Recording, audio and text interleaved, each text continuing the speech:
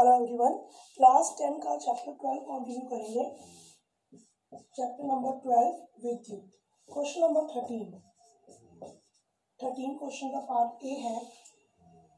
श्रेणी क्रम में जुड़े प्रतिरोधकों का श्रेणी क्रम सीरीज कॉम्बिनेशन, श्रेणी क्रम में जुड़े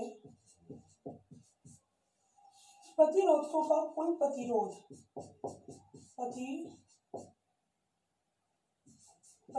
का कुल प्रतिरोध किस प्रकार ज्ञात करते हैं। कुल प्रतिरोध इस प्रकार ज्ञात कर सकते हैं।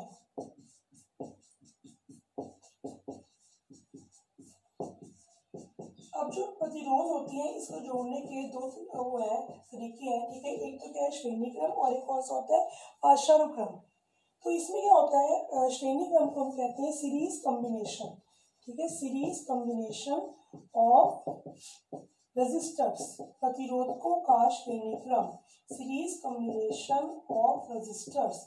तो इसमें हमने इसे कैसे कंबाइन किया होता है, कैसे हमने डायग्राम ड्रॉ करेंगे। ये हो गया पहला रेजिस्टर, ठीक है, दूसरा, और ये हो गया तीसरा।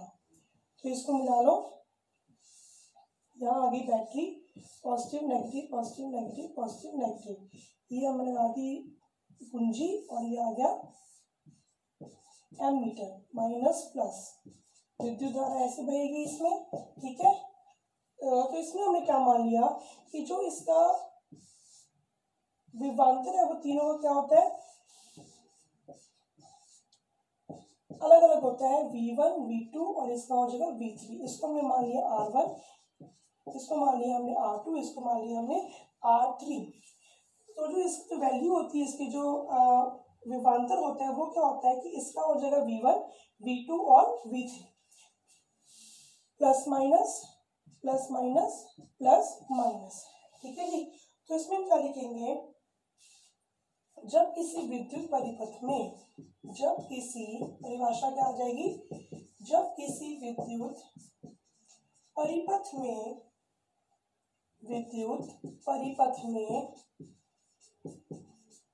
प्रतिरोधक, जब किसी विद्युत परिपथ में प्रतिरोधक के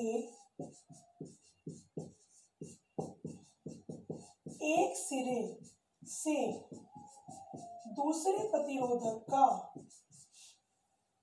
एक सिरे से दूसरे प्रतिरोधक का सिरा मिलाकर, ठीक है, किसके सिरे से दूसरे प्रतिरोधक का सिरा मिलाकर, दूसरे प्रतिरोधक का सिरा मिलाकर श्रृंखला में जोड़ा जाता है। श्रृंखला बनती है सीधी, सिरा मिलाकर श्रृंखला में, मतलब एक चेन बन गई है, श्रृंखला में जोड़ा जाता है। इस प्रकार का संयोजन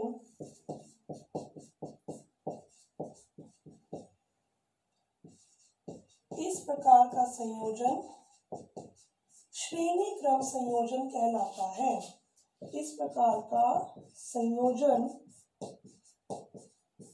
श्रेणी क्रम संयोजन, सीरीज कॉम्बिनेशन, श्रेणी क्रम संयोजन कहलाता है,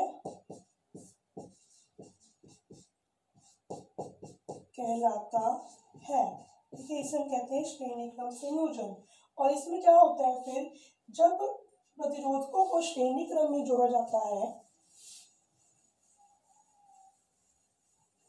जब प्रतिरोधकों को श्रेणी क्रम में जोड़ा जाता है, तब जब प्रतिरोधकों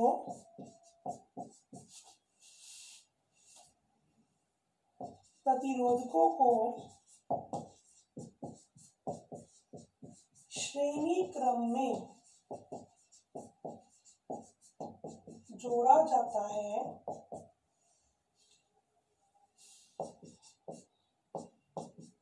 तब परिपथ के सभी भागों में विद्युत धारा का मान क्या रहता है, समान रहता है। मीन्स यहाँ से जो विद्युत धारा का मान क्या रहेगा, समान रहेगा।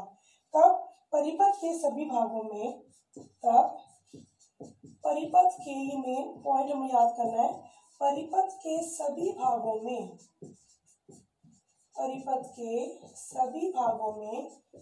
विद्युत धारा का मान समान रहता है। सभी भागों में विद्युत धारा का मान समान रहता है। विद्युत धारा का मान जो क्या रहेगा, सेम रहेगा। इससे हम निकालेंगे इसका फॉर्मूला कैसे बनेगा। देखो जब इसमें श्रेणी क्रम संयोजन होगा, ओम के नियम से शुरू करेंगे। ठीक है, ओम का नियम क्या था, V प्रोपोर्शनल टू I। विभवांतर जो है वो क्या था, विद्युत धारा का अनुक्रमानुपाती था। तो हम लिखेंगे ओम के नियम के अनुसार, ओम के नियम के अनुसार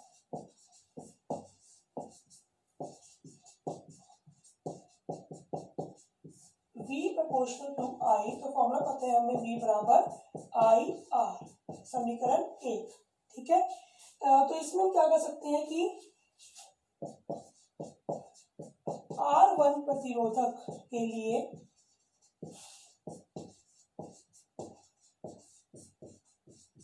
क्या बनेगा फॉर्मूला, V1 बराबर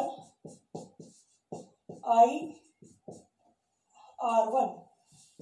R2 प्रतिरोधक के लिए, R2 प्रतिरोधक के लिए V2 बराबर IR2। R3 प्रतिरोधक के लिए, R3 प्रतिरोधक के लिए V3 बराबर I3, V3 बराबर I3। समीकरण तीसरा, समीकरण चौथा, 4 समीकरण बन गए। अब लिखेंगे नेक्स्ट पॉइंट, परिपथ का कुल विभवांतर V बराबर कुल विभवांतर V बराबर V1 plus V2 plus V3, समीकरण 5वां। ठीक है, इसी बार क्या करेंगे हम, जो है इन तीनों की जो वैल्यू है वो यहाँ पर रख देंगे। ठीक है, तो V किसके बराबर हो जाएगा, जो V को हम क्या लिख सकते हैं, तो ये हम लिख दिया जो इस पर फॉर्मूले से आ गया। ठीक है, I और यहाँ पर लगा दिया हमने RS। जो ये है क्या शो कर रहा है, कॉम्बिनेशन कैसा है, सीरीज को शो कर रहा है S इसका। ठीक है, अब क्या वैल्यू V1 की, IR1 plus IR2 plus IR3, IRS बराबर, तीनों में से I कॉमन आ जाएगा, R1 plus R2 plus R3। तो क्या बन गया, RS बराबर, इस I को नीचे ले जाएंगे, बटा में I, देखिए कट गया I। तो फॉर्मूला बन गया हमारा RS बराबर R1 plus R2 plus R3। ये हो गया श्रेणी क्रम में संयोजन। क्या होता है, जितने भी उसमें प्रतिरोध लगी होती है उनका प्रतिरोध को क्या बन जाएगा, योग बन जाएगा। तो हम लिखेंगे अतः कुल प्रतिरोध बराबर, अतः कुल प्रतिरोध बराबर श्रेणी क्रम में जुड़े प्रतिरोधकों का योग। तो ये सिंपली हमने इसे कर दिया प्लस, श्रेणी क्रम में जुड़े प्रतिरोधकों का योग, ये सीधा इसका फॉर्मूला बन गया, प्रतिरोधकों का योग। ठीक है, जैसे इसकी वैल्यू 2 है, इसकी 3 है, इसकी 4 है, तो इसका आंसर क्या आ जाएगा, 2 प्लस 3 प्लस 4। सीधा हम इसको क्या कर देंगे, प्लस कर देंगे। ठीक है, अगर हमें क्वेश्चन में सपोज दिया हुआ क्वेश्चन R1 बराबर 2 ओम, R2 बराबर 3 ओम, R3 बराबर 4 ओम। ठीक है, हमें निकालना है इसका पूरे का प्रतिरोध निकालना है। तो कैसे करेंगे हम, श्रेणी क्रम में 2 प्लस 3 प्लस 4, 2 प्लस 3 प्लस 4, आंसर आ जाएगा 9 ओम। ठीक है, ये आपका क्वेश्चन 13 का पार्ट 1। नाउ पार्ट 2, पार्ट 2 बनेगा इसका 14 क्वेश्चन बना लो। नेक्स्ट क्वेश्चन नंबर 14, पार्श्व क्रम में जुड़े प्रतिरोध का, पार्श्व क्रम में जुड़े प्रतिरोधों का कुल प्रतिरोध किस प्रकार ज्ञात करते हैं। ये हमने किया था श्रेणी क्रम में, हम करेंगे पार्श्व क्रम में। पार्श्व क्रम, पार्श्व क्रम में जुड़े प्रतिरोधकों का कुल प्रतिरोध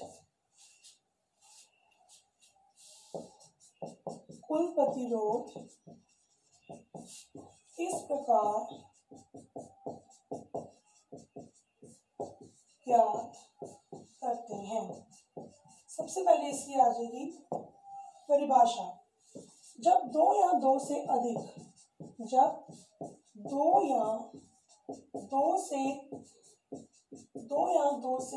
प्रतिरोध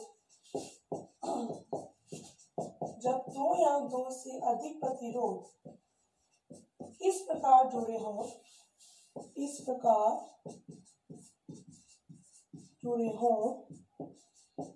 इस सभी प्रतिरोधकों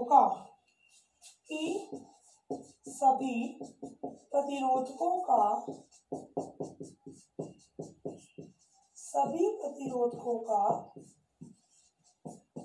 एक सिरा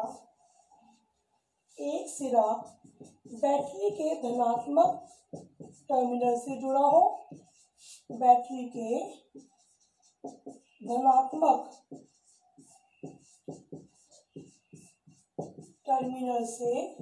हो, और दूसरा सिरा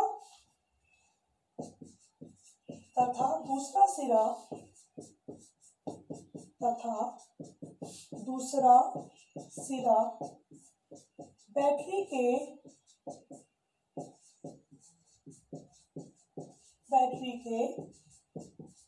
ऋणात्मक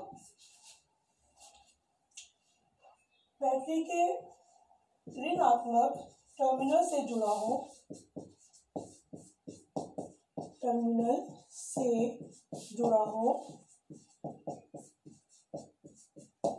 तो इसे प्रतिरोधकों का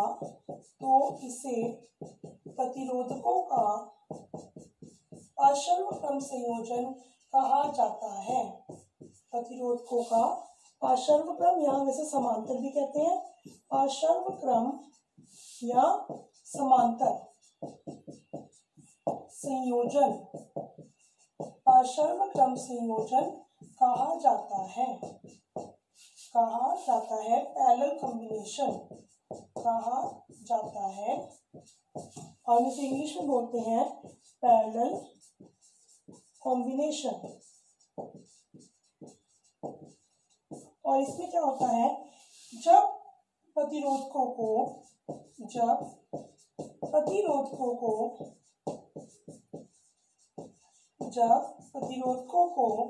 पार्श्व क्रम में जोड़ा जाता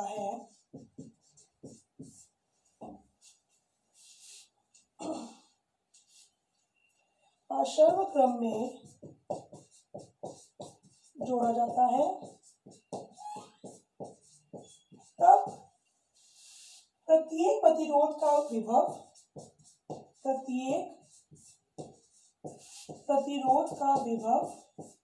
पोटेंशियल मीन्स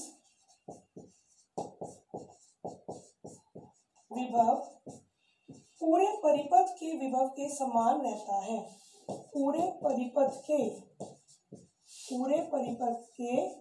विभव के पोटेंशियल के विभव के समान रहता है। इसकी बात करेंगे, इसका डायग्राम और इसका फॉर्मूला कैसे निकालेंगे हम। जैसे हमने श्रेणी क्रम का निकाला था, सेम वैसे निकालेंगे। डायग्राम देखेंगे इसका। इसमें हमने 3 प्रतिरोध को जोड़ दिया है और हमने इसको ऐसे जोड़ना है कि तीनों का जो सिरा जो है वो कहाँ मिल रहा है, एक जो है पॉजिटिव में, बैटरी के पॉजिटिव में, एक मिलेगा बैटरी के नेगेटिव में। इसको ऐसे मिलाएंगे, R1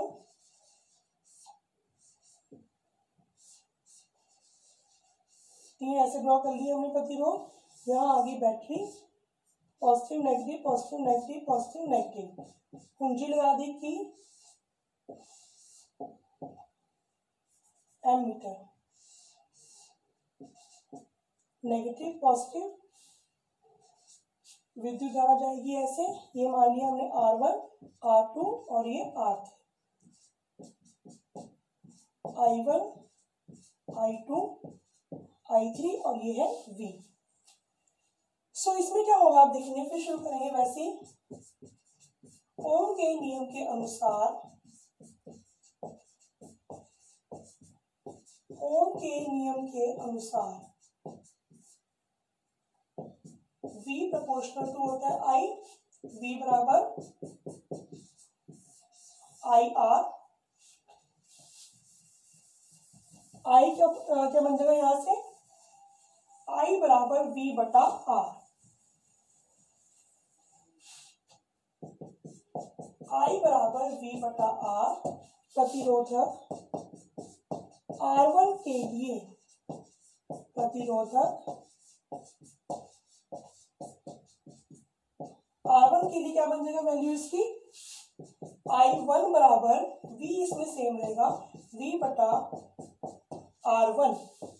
प्रतिरोधक R2 के लिए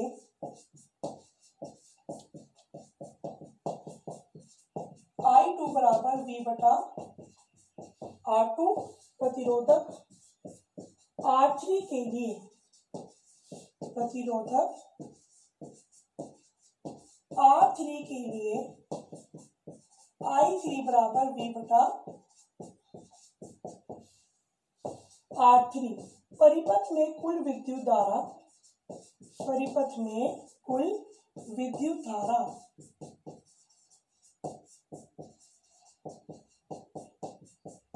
I बराबर I1 plus I2 plus I3। Last step देखेंगे, इसके बाद क्या करेंगे, I की वैल्यू क्या हो जाएगी अब, V बटा R। P लगाया मैंने यहाँ पर, जो P है क्या शो कर रहा है, ये पैरेलल कॉम्बिनेशन शो कर रहा है, ये इसका P लगाया है बादशाह क्रम का।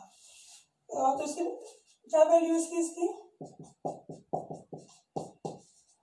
I1 की वैल्यू क्या थी, V बटा R1 प्लस V बटा R2 प्लस में आ जाएगा V बटा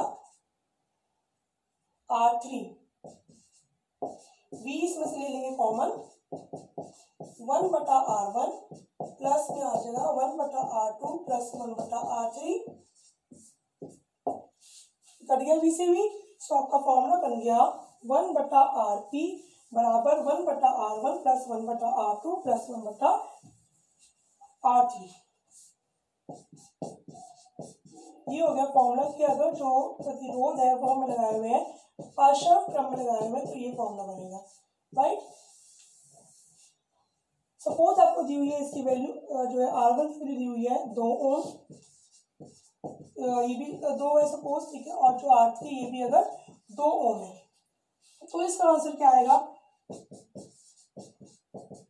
1/2 प्लस 1/2 प्लस 1/2, 2 ले लिया हमने इसका एलसीएम, तो इसका आंसर आ जाएगा 3/2, और जो इसकी वैल्यू कितनी आ जाएगी आरपी की 2/3, राइट।